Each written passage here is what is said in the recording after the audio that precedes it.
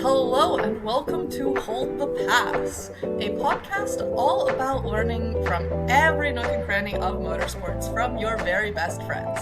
My name is Misha, And my name is Fatima. and today we have a truly incredible guest who has made some incredible achievements from starting a small business to building a thriving and tight knit community in the motorsport space.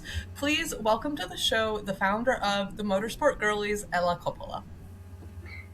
Hi. Yay! Welcome to the Yay! show, Ella! Thank you. I'm so happy to be here. We're How so are happy to you? have you. Yeah.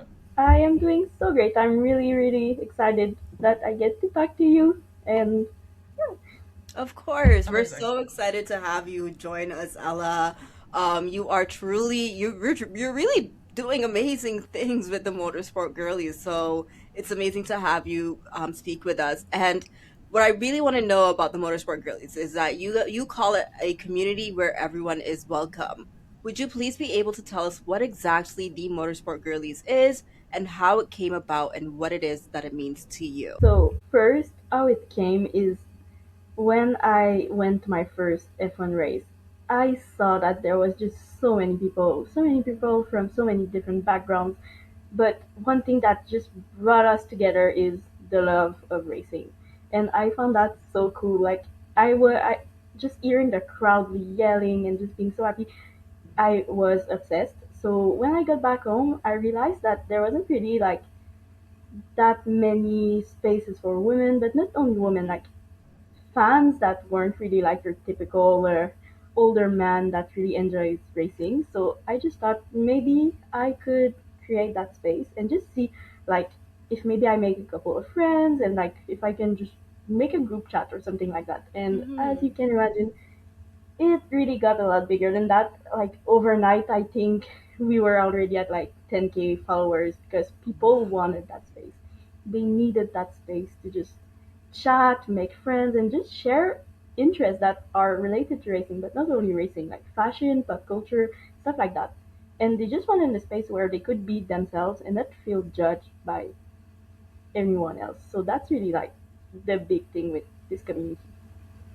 That is amazing. And you're absolutely right about that. I mean, like now there's a lot more communities, but like there's still honestly not enough, especially here. And you're so right. Like everyone just kind of wants to find that space where they can meet with like-minded people and talk about Formula One and talk about motorsport in general and just like have that connection, especially young women. Not even just young women, especially just women in general, because we are a big part of the sport and we do enjoy the sport. It's not just a boys' sport, especially not anymore, you know? Exactly. Yeah, and that's why I really felt like we needed to make a change in the way that we explore racing on social media. And yeah, I was really surprised that it gained the attention that it did. But at the same time, is it really a surprise? Not that much. Yeah, of Yeah. course.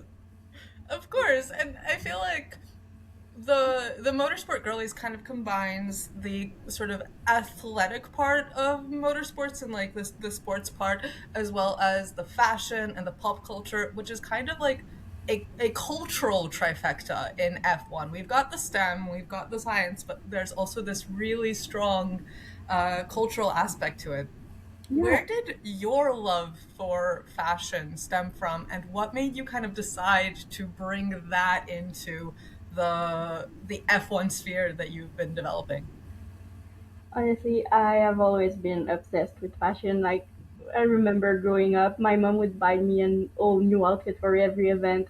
We would go shopping. Like, I've always really loved fashion, and it's something like I have my own page, my own social media that I create fashion content on. So obviously, like, if I started any project, it would be related to fashion. It would be related to like the whole world of design, of beauty, all of that kind of stuff because it's really my main interest in life. So I feel like it only made sense because, sorry, a few years ago when I started watching F1, the the big thing that year was that influencers started really posting content about attending races. So you would see a lot of fashion content going by at every race. So that really brought me in because like seeing the outfits, seeing the creativity of people attending, and not even just influencer, but also fans, content creators attending races, and just putting together a bunch of outfits and just sharing that part of their interest. That really like made it even easier for me to combine my two interests because I saw that there was already an interest for that and people were already like doing stuff like that. So it was only to prove that it's possible to combine the both. Yeah, for sure. I mean, I love both. I'm a fashion girly myself, and I love Formula One. So like, it truly is like, and like you see how much it's grown with like paddock fashion. Like people really do care about the fashion of the drivers, the people they're with, when it comes to their friends, their family, their partners, whoever they're with. Like the fashion is such a big part, and Formula One on its own is pop culture. Like it is a part of pop culture, so like what you're doing, one, you were just way ahead of the curve, like truly. Like you saw the vision and you created it, and like you have people who are following after your footsteps in that same kind of direction that you're in, but you truly found your own little niche, and like clearly you're doing something right because it's working and you're doing amazing at it. Yeah, exactly. And I really see it as a good thing that people are taking inspiration from what I'm doing because all it means is at some point, at least I made a little impact in the F1 world. And to me, that's like the biggest thing. Like, Hmm. if I gave even one person the confidence to start creating content, fashion content related to F1, that's like my job is done here. I've done what I needed to do. Oh, exactly. I Yeah, for believe sure. that. It's incredible, and it's really great to see how something that like on the surface you might not necessarily think fashion and sports overlap, but I think it happens in so many different athletic fields, not just in motorsports, is this visual aspect that fashion really brings to it. Hmm. Yeah. Fashion is sport, true and true. But I have to ask you this because I know what I was like when I was in school full time. I had zero capacity to do anything, so I don't know how you're even like. Thank you for joining us, really and truly, because it's a lot. But you are in school full time. You're also running the Motorsport Girlies, which, as we know, has over 30K followers on Instagram. And I am aware, or we are aware, that you do have a small team now. But how have you navigated running this account while being in school and also making sure that you have your own personal time as well? Honestly, I will not lie, it has been a challenge. Especially like in the past year, I've been struggling to do it all on my own. That's why I have a team now because I really couldn't do it all.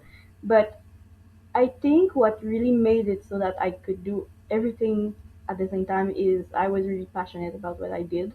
And I had a lot of feedback from the community. So I wasn't really truly alone doing it because people would tell me what they wanted to see. They would suggest collaboration. So at least I always felt like I had a connection with people. So I could really just jump in, post like silly little content, and people would just enjoy it. So it Yeah, never really felt like a chore or like I really had to do it. So that really helped. But honestly, I'm not the best creator ever because like I'm not really like I don't have the best schedule. Like I don't post every week at this time. Like I'm not really prepared when I post, but I think it's okay like yeah, that. We don't yeah. always have to be perfect. So No, I I mean, yeah. really I do my best. You post with Yeah. intention, you post with intention. And I think Misha and I can both agree with you that we are also not the best creators. Like sometimes I'll post every day a week, and then other times I will be quiet for like a month. Yeah, I've done that Yeah. too. Yeah, yeah. I'm sure that my followers have noticed that I've not been around for the past few months, and it's simply because I hate editing on my phone. Yeah, And I just, as soon as I don't have my system, like as soon as it falls apart, it just goes out the window. yeah. But you and your team have done some truly, truly incredible stuff over the past, even just the past few months. Like you've had some incredible content, and one thing that I find really amazing and cool, and I'm so happy about, is that you've gotten a chance to interview some really cool drivers, including Vic Schulenberg, which I think you did the interview with. Your team also interviewed Lacey Furno very recently. Can you talk a bit about what the process of reaching out to drivers has been and making these connections? What has that been like for somebody who isn't coming from like a massive major media outlet like TSN, ESPN, The Athletic? What has that been like?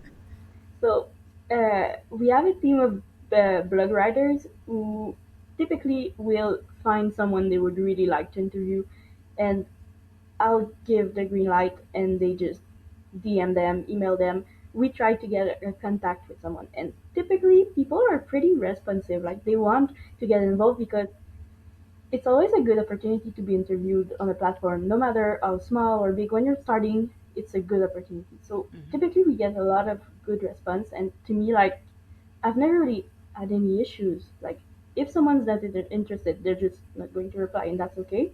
Yeah. But we've also had a few people reaching out to us to talk to us about their story, and when you have someone reaching out to you, you feel really, really in touch with them. You feel the need to just tell their story. And like you mentioned, Vic. Vic is someone I really admire.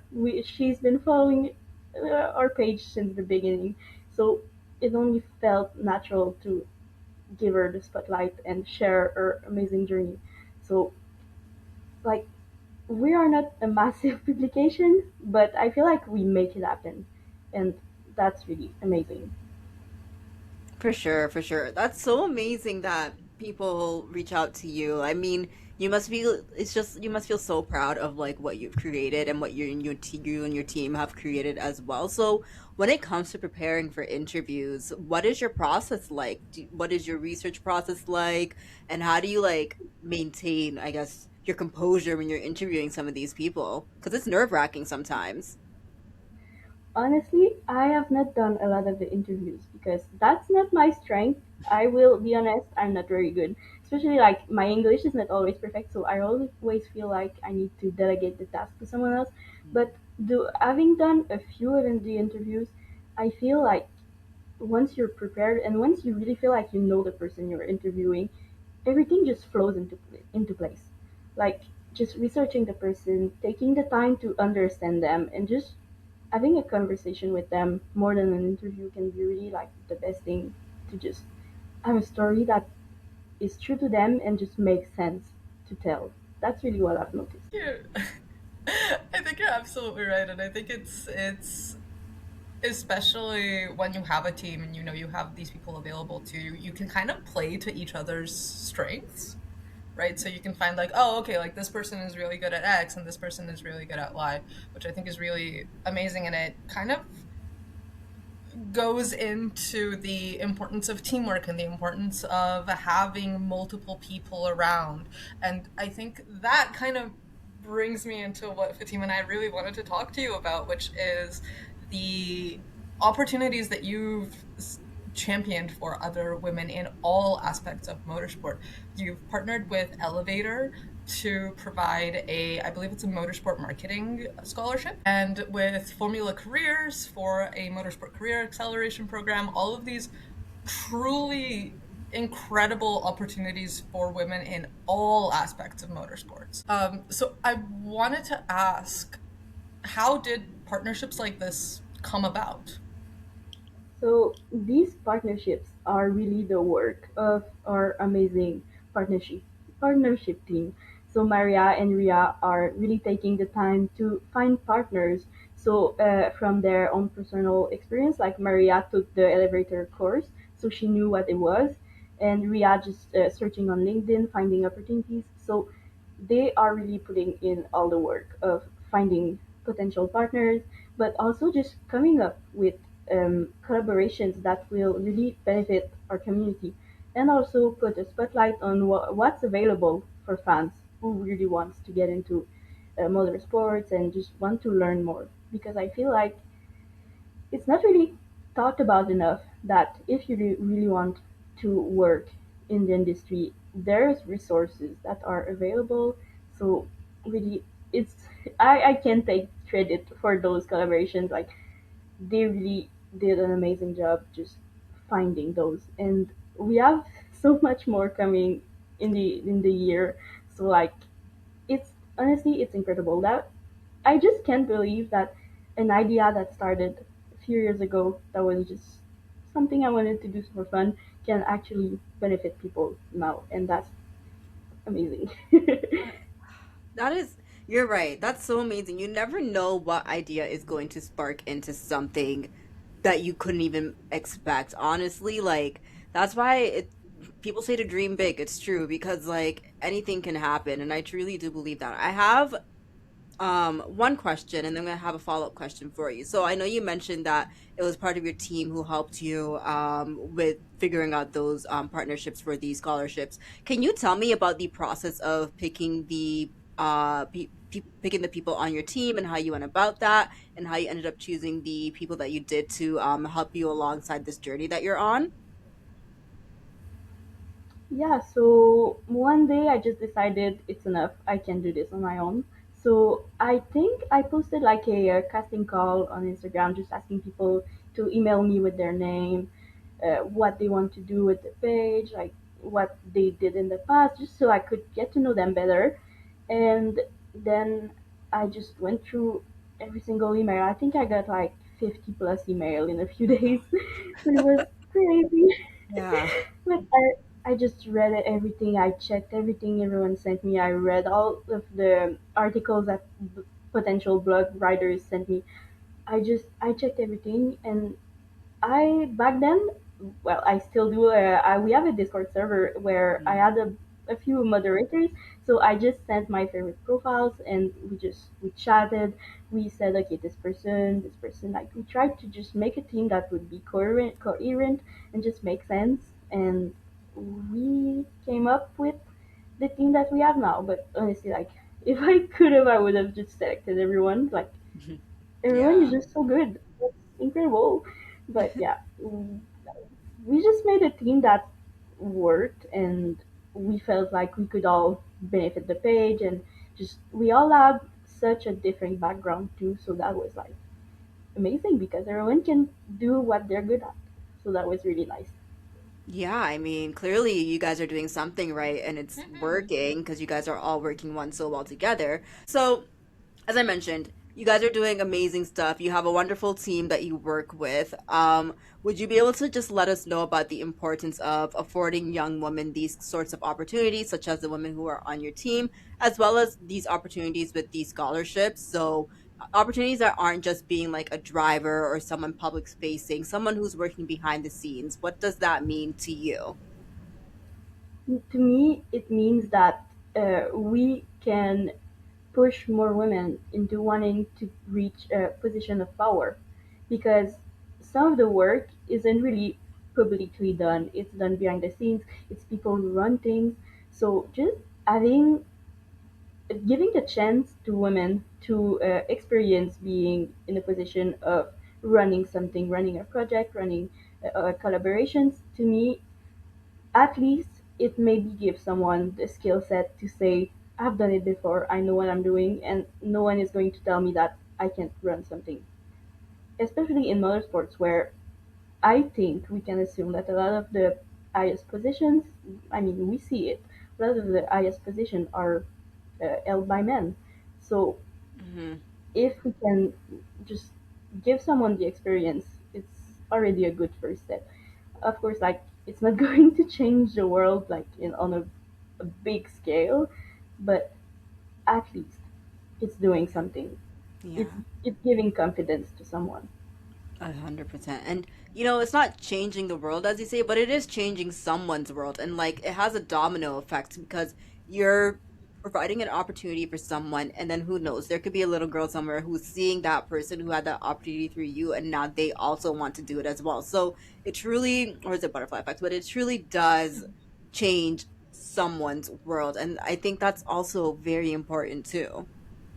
Yeah, 100%. And I have received DMs and emails from younger women or like people finishing high school, just saying that my page inspired them to pursue their dreams, and like that's like amazing. That's so cute. That's Yeah. just so nice to hear.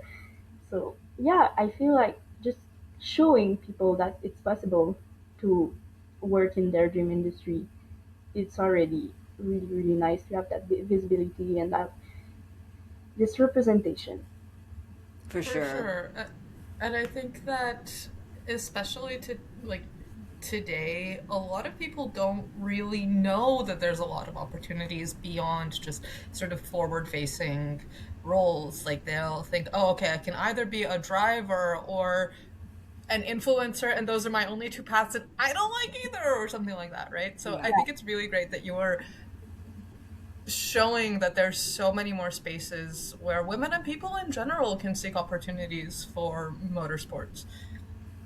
Yeah, exactly. And like I don't really consider myself an influencer or even like a content creator, but like I'm still a public figure in the sense that I exist on an online space, but I'm not necessarily an influencer, but I still have an impact in this world. So I feel like that's really nice for someone who don't necessarily wants to post content, but wants to like do something. So it's another aspect of the sport that I think is not really shown enough. Mm-hmm. Oh, you're so right about that because there is a lot of people. And like I was in a couple of meetings where people were asking about how they want to be a part of like the motorsport community. And obviously whenever you're speaking with professionals in the industry, they're always like build up your portfolio. Do you have an Instagram? Do you have a TikTok? Do you have Reels? All of that. And a lot of people are uncomfortable with showing their face, and which is fair. Not everyone wants to be a content creator or to be like front facing and to show their face. And I think what you're doing is kind of cool because like people know who you are, but like also a lot of your what you produce is like it's not just you. It's about what you do, you know? Yeah, exactly. And that was my goal when I started this page because I already have my own thing. I can put my face all over that. But I wanted the Motorsport series to be about the community first. Like Hmm. I'm there, I'm in the background, the team members are there. We exist, but we're not like the focus of this page. The Hmm. community is.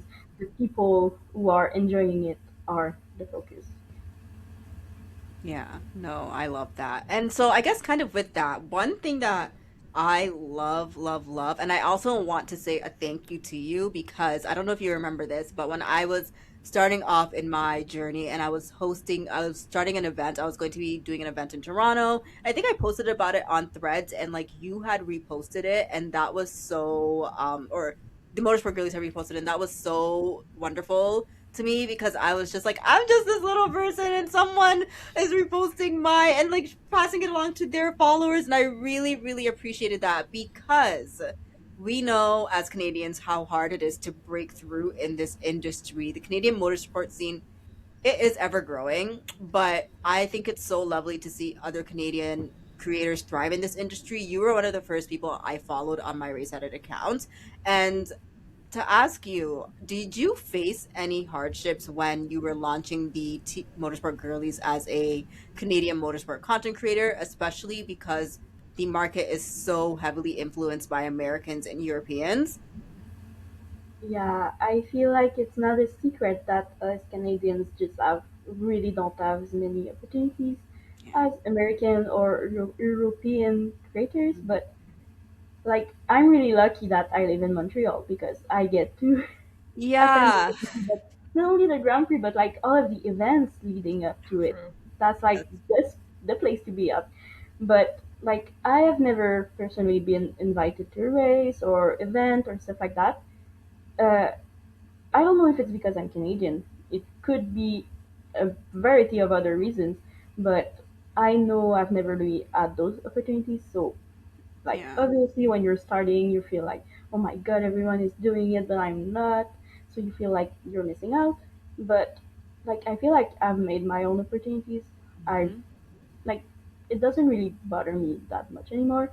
So, it maybe was a struggle when I first started, but now it's like, it's life. Yeah. Yeah, I mean, for what it's worth, neither Fatima nor I have been invited to a race yet either. This is the year, guys. We'll be invited this this is year. this is our year. It's like Ferrari. Yeah.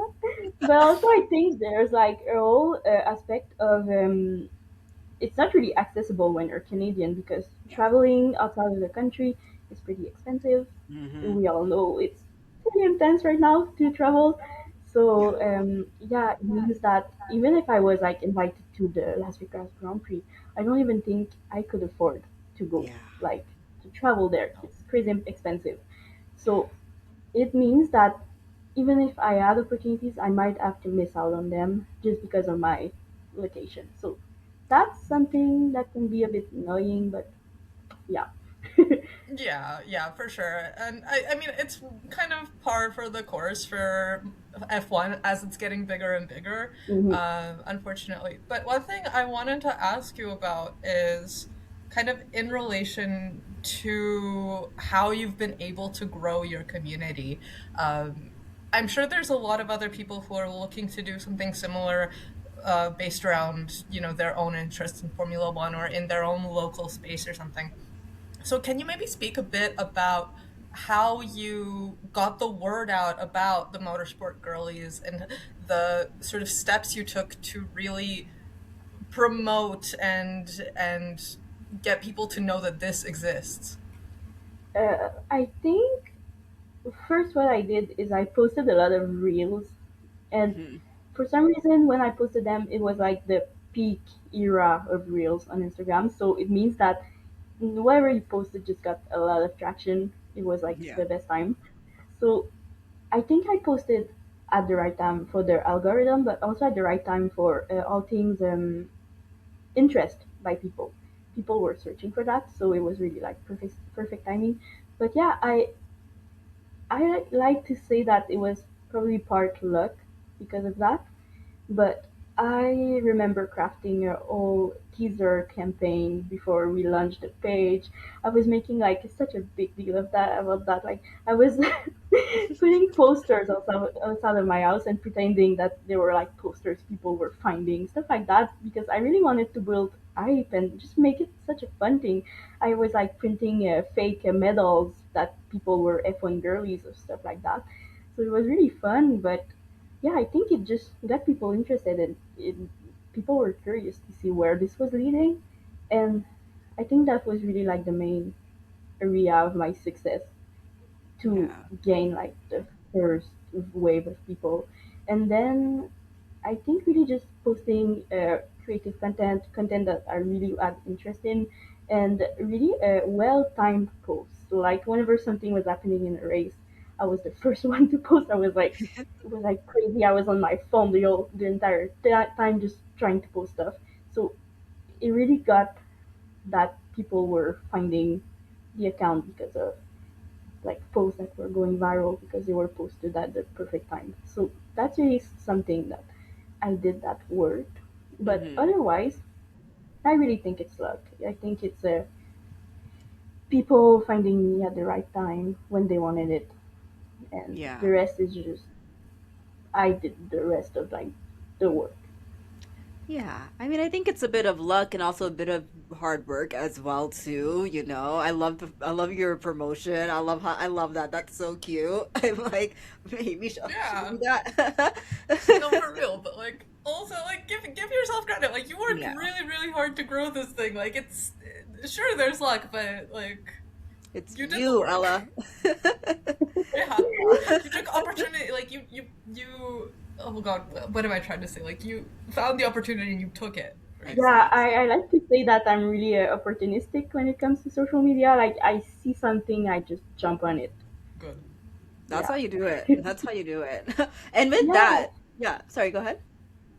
yeah, I was going to say that's probably why when people ask me for advice, I'm like, oh my god, you just have to have the vision.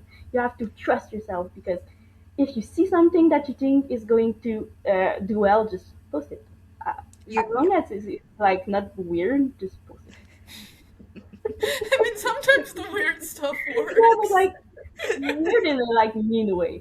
Yeah. Yeah, don't be mean. Yeah, Yeah. exactly. You're so right though. If you see the vision, just do it. I mean, like it's not gonna hurt anyone, right? So you might as well just Yeah, do it. Yeah. exactly. Yeah. So with that, I guess this kind of follows up. What would you say is your favorite part about running the Motorsport Girlies? Oh my god, it's 100% all of the conversations I have. Like talking to people, just like whenever I post a meme and I see all the comments and I'm just like replying to them, like, oh my god, yeah, those were right, like stuff like that. I really, really, really enjoy talking to people and just making those connections. Like you inviting me on your podcast, that's like the thing I like about doing this, like just getting to meet new people and just share my passion because at the end of the day, that was my goal when I started this page. I just wanted other people to talk to and just share my interest in racing with. So that's like the best part. And also giving people opportunities. That's Yes. the two best things. That's incredible. And I love that. I love that like you're so there for championing the actual community and helping it grow. And it makes me wonder. So F1 is a it's an extremely male dominated field in terms of the drivers and the staff and behind the scenes and even the fans, right? But young women in particular, they are the fastest growing part of the audience. So I wanted to get your take on why you think F1 has been so, I guess, attractive for young women and what it is about the sport that really has them like coming to it and getting involved and wanting to take part in any way they can.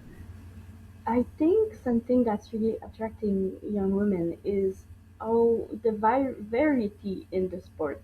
Like you can enjoy it for the racing, the engineering, the cars. You can enjoy it for the marketing aspect of it because there's so much going into F1 marketing.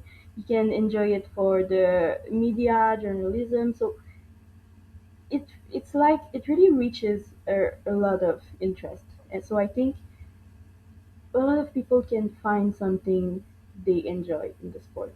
And also, I think it's not really a secret that young women typically are really passionate about what they like. Hmm. So it's easier for them to create communities and just rally people around them. So I think that also plays a big part in just the growing community. No, you're so right. You're so right. And I just feel like it's just we just need to embrace that as well. Like the community just needs to embrace that. Like young women they make we make up such a huge part of everything pop culture if we're gonna be honest. Like drive young women drive pop culture forward, true, really and truly. And I guess a follow-up question to that is what would you think, I guess, that longtime motorsport fans can learn from the newest generation of fans and vice versa? I think older fans can learn to see the sport in a new light. Like they can see it as entertainment and not just something you're so passionate about that you yell at your TV that Leclerc has to go faster. But Yeah. us younger fans can also learn from them the passion, the history, the legacy of F1. So I think like at the end of the day, it's really a win-win situation. Like Hmm. my dad is a long time F1 fan. He's been watching for like over 25 years or more. I don't even know. I think he's been watching it for so long.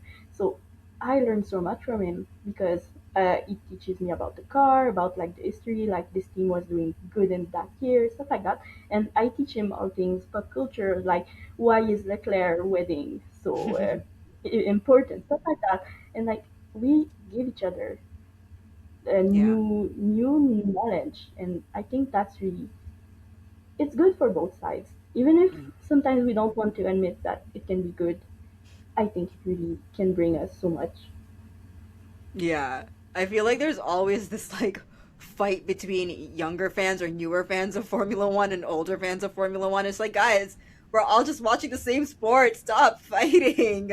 Um, I No, literally, we're all in it for the love of the same thing. Yeah, exactly. And honestly. yeah, I get I've seen it all. Like I've seen so many comments of people calling me or like the content we create like, oh my god, you're fake fans, you're just doing it because you think the drivers are hot, stuff like that. But like, it's so discrediting of all the work we do, and Yeah. most of the time it's not even accurate, like not even a little bit. So Right. yeah, And we we don't it's even see the something. drivers. Yeah, They're in the car. yeah, exactly. And honestly, if it's all that interested us, then we would not be waking up at like 3 a.m. to watch a race. I would Although, not be wasting my sleep Oh for yeah, that. I'm for our listeners and our audience. We're recording this fairly late into the day, which is perfect because it's the Shanghai week. Yeah. So there goes our sleep, everybody. yeah, we're all gonna be up until like 3 or 4 a.m. today. Yeah, And it's that just something. answers the question. We are not watching it for the boys. We're watching it because we love the Exactly. sport. But you mentioned that your dad has been watching Formula One for over 25-ish years. Would you say that's how you got into the sport? Yeah, he's the reason I'm even just being here right now because I remember growing up, I would wake up Sunday morning with like the Ferrari anthem, the Italian anthem playing, and just like, oh my god, they won again. And I would just go see F1 on the TV. I had no idea what was happening, but yeah, it's always been at the back of my mind. Like my dad, I don't think he's missed a Montreal Grand Prix in Wow. years. So to me, it's always been like part of the family, part of my life. So Yeah. when he offered me an extra ticket to go to come with him 2 years ago, I was like, yeah, I'm gonna go see what you like so much about that. So it all started from there. So it's really because of him and my brother that I I enjoy. And I think that's beautiful because we can't discredit that older fans can really just bring us the passion, and then we're on our own and we learn and we see what we take from that. Oh, for sure. For sure. Exactly. Exactly. And I think that also goes back to what you do in terms of building a community, and it shows that like it doesn't have to be just the older like veteran fans and the newer veteran fans. Like we can learn from each other and we can all be one community that's very passionate about this sport that we love. Yeah, exactly. I think it's really beautiful. I think It it's is. It really, really is. So, okay, we have one last question for you, Ella. Because our podcast is all about learning from each other, learning about anything and everything we can, we wanted to ask you, uh, given that the Motorsport Girlies is a untraditional type of media, it's not, the one day I believe in you, and one day I know you're going to be on par with the big leagues and like F1 Mhm. TV and the athletic and whatnot. But I wanted to ask you, what do you think traditional media outlets can learn from fan-led communities and more independent outlets like yourself, and vice versa? What can fan-led communities learn from traditional media? Well, first, I think that traditional media can really learn from fan-led communities about like giving space to the fan, giving a voice to the fans. So we really enjoy hearing about like the journalist, the presenter that like give us the content, but we also want to hear from the community. We want to hear what fans want to say. Like we need a space where people can really express their opinions, but at the same time, fan-led community can also learn from traditional media for all things like the way you say things. So Yeah. like the platform, the way you voice your content, the like the professionalism of it, if it makes Mhm. sense. Like there's a space, there's a way to say things, and I think if you can make your content come across the right way, you can reach more people. You can have a bigger and better impact. So I think we can really like learn from each other in that aspect. I For agree sure. with that so much, especially about like there's a way to say and do things a lot. I feel that sometimes that does get a Yeah. bit lost with that. But also, like, I agree with everything you said about traditional media as well, because fans are the ones who are really leading and kind of paving it, paving the way, should I say. No, this was, oh, Ella, this was so much fun. Thank you It was. so, no, truly, thank you so much for doing this and chatting with us today. It has been such a pleasure to one get to speak with you face to face, and just to learn more about you, the Motorsport Girlies, and what it is that the Motorsport Girlies is. I just have to say, I love that you are a community. Because a lot of people can say that their account is a community, but you really mean it, and like you really Yeah. champion the people, and I really appreciate that. So before we let you go, please let our audience know where they can find you. So you can find me on Instagram, TikTok at the Motorsports Girlies. We also have a website, so it's themotorsportsgirlies.com, where we have our blog, and we also have a Discord channel. But I don't know if I can really say where that is. Like it's in our Instagram Mhm. bio. Yeah. So yeah, that's where you can find us. Incredible, incredible. Everyone, please, please go take part in Ella's community. The Motorsport Girlies is such a wonderful and positive and empowering space. Thank you so much. Thank you for having me. It was Yes. really a pleasure to talk to you. Oh, anytime, anytime. This has been so wonderful. This has been the Hold the Past podcast. I've been your host, Fatima. And I have been your host, Misha. And if you like this episode, please don't forget to like, comment, and subscribe, and please don't forget to share. You can find us at Hold the Past Podcast on Spotify and wherever you listen to your podcast, and we are now available on Apple Podcasts as well. And if you'd like to connect with us, you can find us at Hold the Past Pod on Instagram and TikTok. And we'll see you all in the next one. Thank you all so much for watching this. And if you're listening on audio, thank you all so much for listening to this, and have a wonderful day. Bye! Bye!